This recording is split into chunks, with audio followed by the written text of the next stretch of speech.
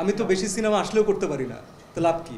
আমি জঙ্গলিবাদে খুব বেশি সিনেমা আসলে দেখতে পারবো না।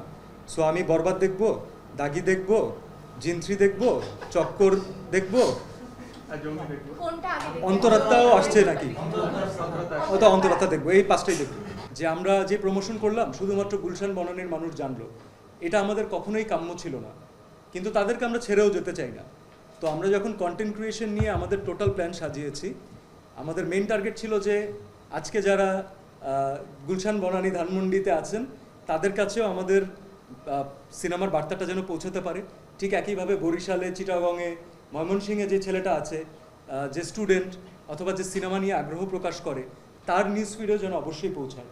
এবং সবচেয়ে কম সময়ে, আপনারা জানেন যে আমাদের টাইম লিমিটেশনস থাকে, কারণ এর আগে অনেকগুলো কাজ করে আমাদেরকে এই প্রমোশনে নামতে হয়। তবে যেহেতু আমাদের সুন্দর একটা প্ল্যান ছিল, আমার বিশ্বাস যে প্রত্যেকটা সোসাইটিকে, প্রত্যেকটা সমাজের স্তরের স্টুডেন্ট থেকে শুরু করে সবাইকে আমরা একটু হলেও টাচ করে যেতে পেরেছি। এবং যতবার আমরা টাচ করেছি, আমরা একটা জিনিস ট্রাই করেছি, আমরা শুধুমাত্র নিজের সিনেমার কথা বলা ট্রাই করিনি, আমরা বাংলা সিনেমা দেখার জন্য তাদেরকে ইনভাইট করেছি। সো এটা যদি তাদেরকে মোটিভেট করে, আমি বলবো এটা আমাদের সমষ্টিগতভাবে আমরা একসাথে জিততে যাচ্ছি। তাহলে দ্যাটস ওয়াই এইবার সিনেমার হাইপ একটু বাকি সিনেমাগুলোর, বাকি বছরগুলোর থেকে একটু different, and I am really appreciating it, I am loving ইট। জমির সাথে সম্পৃক্ত অনেক কয়েকজনের সাথে আমরা কথা হয়েছে, রাহিম ভাই, জাহিদ ছিলেন, জাহিদ ইসলাম ছিলেন। তোমরা সবাই একটা কথাই কমন বলেছেন, যেটার জন্য পরিশ্রম করেছেন, যেটা তো বলেন, এবং এই সিনেমাটা আপনার ক্যারিয়ারের জন্য একটা টার্নিং পয়েন্ট হবে এবং মেকাররা নতুন করে আপনাকে নিয়ে ভাবতে শুরু করবে। অ্যাজ অ্যান অ্যাক্টর আপনার কি এক্সপেকটেশন তাদের এই মন্তব্য নিয়ে, বা আপনার জন্য আপনি মনে করেন কিনা যে এই সিনেমাটা আপনার ক্যারিয়ারে একটা টার্নিং পয়েন্ট হবে?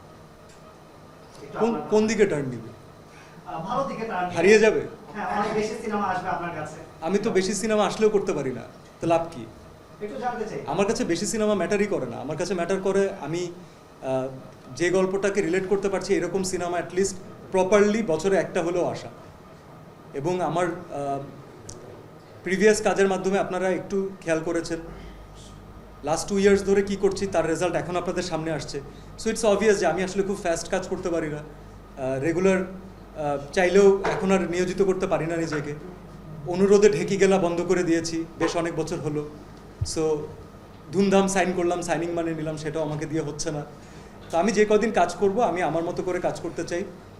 যদি আমার সাথে সেম মেন্টালিটি মিলে যায়, ভালো ডিরেক্টরদের সাথে কাজ করতে পারি, ভালো অপরচুনিটি পাই, আমি আমার নিজেকে আরও ভাঙার চেষ্টা করব, দর্শকদেরকে নতুন কিছু দেওয়ার চেষ্টা করব।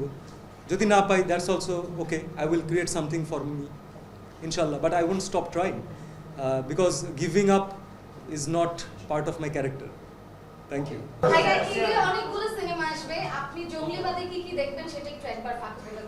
আমি জঙ্গলিবাদে খুব বেশি সিনেমা আসলে দেখতে পারবো না।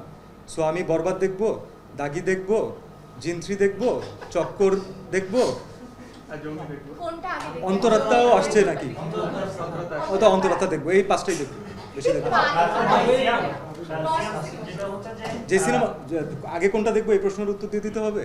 সেটা হচ্ছে বাকি সিনেমার ভিতরে যে সিনেমাটার আসলে টিকিট দর্শক একটু কম দেখবে, আমি আগে ওই সিনেমাটা দেখবো।